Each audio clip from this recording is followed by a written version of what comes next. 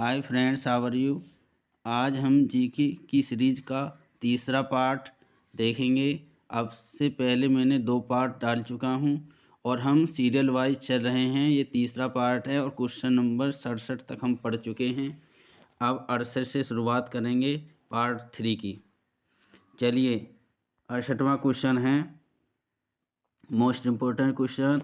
उपनिषद काल के राजा अर्शपति शासक थे। तो इस क्वेश्चन का जो करेक्ट आंसर है वो सी है, के।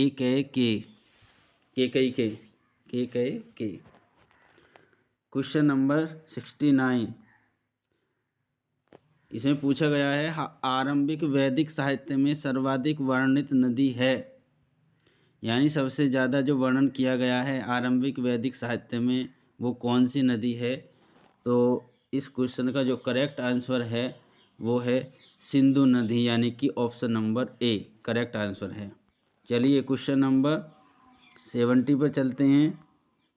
इस सीरीज का क्वेश्चन नंबर 70 देखेंगे। इसमें पूछा गया है वैदिक नदी अस्किनी की पहचान निम्नलिखित नदियों में से किस एक के साथ की जाती है। तो इस क्वेश्चन का जो करेक्ट आंसर है वो है option number C Chenab. Chenab इस क्वेश्चन का करेक्ट आंसर है। चलिए क्वेश्चन नंबर 71 पर चलते हैं। इसमें पूछा गया है ऋग्वेद में निम्नलिखित किन नदियों का उल्लेख अफगानिस्तान के साथ आर्यों के संबंध का सूचक है। तो इस क्वेश्चन का जो करेक्ट आंसर है वो है कुभा या ऑब्लिक किरमू, यानी कुभा और किरमू। ऋग्वेद में इन 2 नदियों का उल्लेख अफगानिस्तान के साथ आर्यों के संबंध में किया गया है। क्वेश्चन नंबर 72, इस क्वेश्चन पूछा गया है वैदिक नदी कुभा का स्थान कहाँ निर्धारित होना चाहिए। तो इस क्वेश्चन का आंसर है वो है ए अफगानिस्तान। चलिए क्वेश्चन नंबर 73 पर चलते हैं। इसमें पूछा गया है निम्नलिखित में से कौन सी वह ब्रह्मवाहिनी थी जिसने कुछ वेद मंत्रों की रचना की थी। तो इस क्वेश्चन का जो करेक्ट आंसर है वो है लोपा मुद्रा। चलिए क्वेश्चन नंबर 74 पर चलते हैं। इस क्वेश्चन में पूछा गया है कि ऋग्वैदिक काल में निष्क शब्द का प्रयोग एक आभूषण के रूप में होता था, किंतु परवर्ती काल में उसका प्रयोग किस अर्थ में हुआ है। तो इस क्वेश्चन का जो करेक्ट आंसर है वो है सिक्का, यानी ऑप्शन नंबर डी। चलिए अगले क्वेश्चन पर चलते हैं। 75 क्वेश्चन पर ऋग्वैदिक काल में निष्क किस अंग का आभूषण था। तो इस क्षेत्र में क्वेश्चन का करेक्ट आंसर है गला, यानी गला का, यानी ऋग्वैदिक काल में जो निष्क है वो गले में पहना जाता था, एक आभूषण था। चलिए क्वेश्चन नंबर 76, इस वीडियो के जितने भी क्वेश्चन आपको पढ़ाए जा रहे हैं ये मोस्ट इम्पोर्टेंट क्वेश्चन हैं। ये पिछली प्रतियोगी परीक्षाओं में पूछे गए हैं और आगे भी पूछे जाएंगे। प्राचीन भारत में निशाका से जाने जाते थे, निशाका नाम से जाने जाते थे। तो किन्हें जाने जाते थे, किसको। तो इस क्षेत्र में क्वेश्चन का करेक्ट आंसर है स्वर्ण आभूषण, यानी ये पहला वाला ऑप्शन करेक्ट है। ये टाइपिंग में मिसिंग हुआ है, स्वर्ण है, स्वर्ण आभूषण। चलिए अगले क्वेश्चन पर चलते हैं। 77 सॉरी। निम्नलिखित अभिलेखों में से कौन सा ईरान से भारत में आर्यों के आने की सूचना देता है। तो इस क्वेश्चन का जो है 77 का क्वेश्चन का जो करेक्ट आंसर है वो है ऑप्शन नंबर सी बोगज कोई इस क्वेश्चन का करेक्ट आंसर है। 78, इस प्रश्न में पूछा गया है जिस ग्रंथ में पुरुष मेघ का उल्लेख हुआ था वह है, यानी पुरुष मेघ का उल्लेख किसमें हुआ है। तो इसका करेक्ट आंसर सी है शतपथ ब्राह्मण में। चलिए क्वेश्चन नंबर 79 पर चलते हैं। इसमें पूछा गया है उत्तर वैदिक काल में निम्नलिखित में से किनको आर्य संस्कृति का धुर समझा जाता था? तो इस क्वेश्चन का करेक्ट आंसर ए है अंग और मगध को। चलिए क्वेश्चन नंबर 80। इस वीडियो में यानी कि इस वीडियो का ये 80वां क्वेश्चन है कि गोत्र शब्द का प्रयोग सर्वप्रथम हुआ था। तो सबसे पहले जो गोत्र शब्द का प्रयोग हुआ है वो है ऋग्वेद में। ये मोस्ट इम्पोर्टेंट क्वेश्चन है, पूछा भी गया है पिछली प्रतियोगी परीक्षाओं में। तो इसका करेक्ट आंसर सी है ऋग्वेद में। चलिए क्वेश्चन नंबर 81। इसमें पूछा गया है पूर्व वैदिक आर्यों का धर्म प्रमुखतः था मतलब कौन सा था धर्म? तो इसमें ऑप्शन जो है इसका जो करेक्ट आंसर है वो है प्रकृति पूजा और यज्ञ, यानी प्रकृति पूजा और यज्ञ को अधिक वरीयता दी जाती थी। Question number 82। ऋग्वेद काल में जनता निम्न में से मुख्यतया किसमें विश्वास करती थी? तो इसके आप ऑप्शन यहाँ पर दिए हुए हैं। तो इसका जो करेक्ट आंसर है वो है बलि एवं कर्मकांड, यानी बलि एवं कर्मकांड ऋग्वेद काल में जनता मुख्यतया विश्वास करती थी इन दोनों में, बलि और कर्मकांड में। Question number 83। प्रसिद्ध 10 राजाओं का युद्ध किस नदी के तट पर लड़ा गया? तो इस 83वें क्वेश्चन का करेक्ट आंसर है परुष्णी, यानी कि ऑप्शन नंबर डी, परुष्णी नदी पर 10 राजाओं का युद्ध हुआ था। क्वेश्चन नंबर 84 है कि निम्न में से किस नदी को ऋग्वेद में माँ तीत, माँ द्वितीमा और नदीतमा संबोधित किया गया है? तो इस क्वेश्चन का करेक्ट आंसर है 84 का, वो है सरस्वती, यानी ऑप्शन नंबर सी करेक्ट है। चलिए इस वीडियो का 85वें क्वेश्चन को हम देखते हैं। उस जनजाति का नाम बतलाइए जो ऋग्वैदिक आर्यों के पंचजन से संबंधित नहीं हैं। तो 85वें क्वेश्चन का जो आंसर है वो है किकट, यानी ऑप्शन नंबर डी। चलिए क्वेश्चन नंबर 86 पढ़ते हैं। प्राचीन काल में आर्यों के जीविकापार्जन का मुख्य साधन था, यानी उनका व्यवसाय क्या था? तो इसमें इसका जो करेक्ट आंसर है वो है शिकार, यानी ऑप्शन नंबर बी, यानी शिकार को प्रमुखता दी जाती है, यानी सबसे ज़्यादा शिकार किया जाता था अपना पेट भरने के लिए।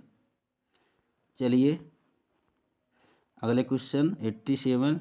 ऋग्वेद में उल्लिखित यव शब्द किस कृषि उत्पाद हेतु प्रयुक्त किया गया है? यानी कि यव का अर्थ बताना, यव शब्द का क्या अर्थ है, यानी कि ऋग्वेद में। तो 87वें क्वेश्चन करेक्ट आंसर जौ, यानी कि ऑप्शन नंबर ए जौ है। जौ को यव कहा जाता था। आगे है क्वेश्चन नंबर 88। वैदिक युग में प्रचलित लोकप्रिय शासन प्रणाली थी, तो कौन सी शासन प्रणाली थी? तो इस क्वेश्चन का जो करेक्ट आंसर है वो है ऑप्शन नंबर डी, वंश परंपरागत राजतंत्र। चलिए क्वेश्चन नंबर 89। बिना समय को नष्ट किए हुए हम तेज गति से प्रश्नों को देख रहे हैं, और ये क्वेश्चन वो क्वेश्चन है जो आपके आगामी प्रतियोगिताओं में पूछे जाएंगे। 89वां क्वेश्चन है वैदिक युग सभा, यानी वैदिक युग सभा क्या थी? तो इसका जो करेक्ट आंसर है वो है मंत्री परिषद थी, यानी ऑप्शन नंबर सी इस क्वेश्चन का करेक्ट आंसर है।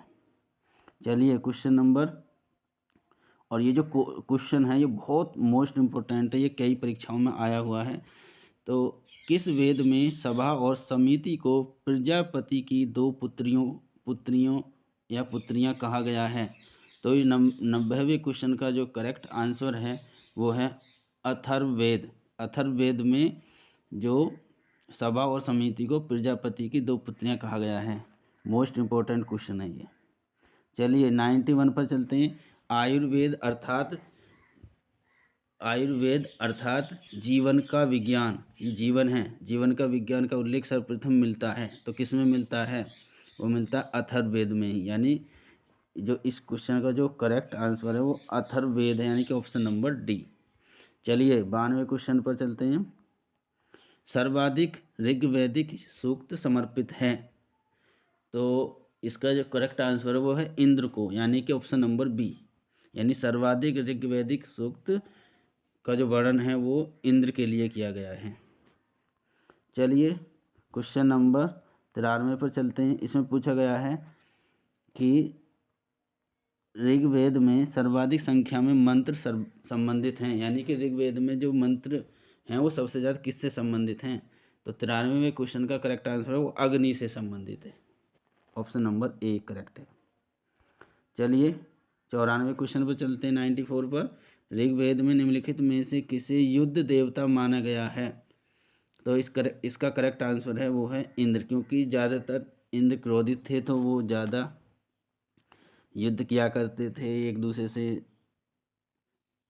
यानी कि गुस्सा हो जाते थे बहुत जल्दी, तो इसलिए उन्हें युद्ध देवता माना गया है।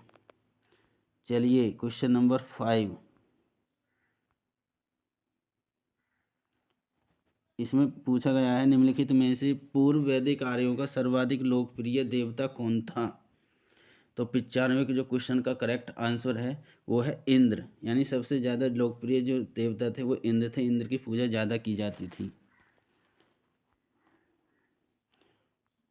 गायत्री मंत्र किस पुस्तक में मिलता है? बहुत मोस्ट इम्पोर्टेंट क्वेश्चन है ये, 96वां क्वेश्चन बहुत मोस्ट है, और इसका जो करेक्ट आंसर है वो है ऋग्वेद में।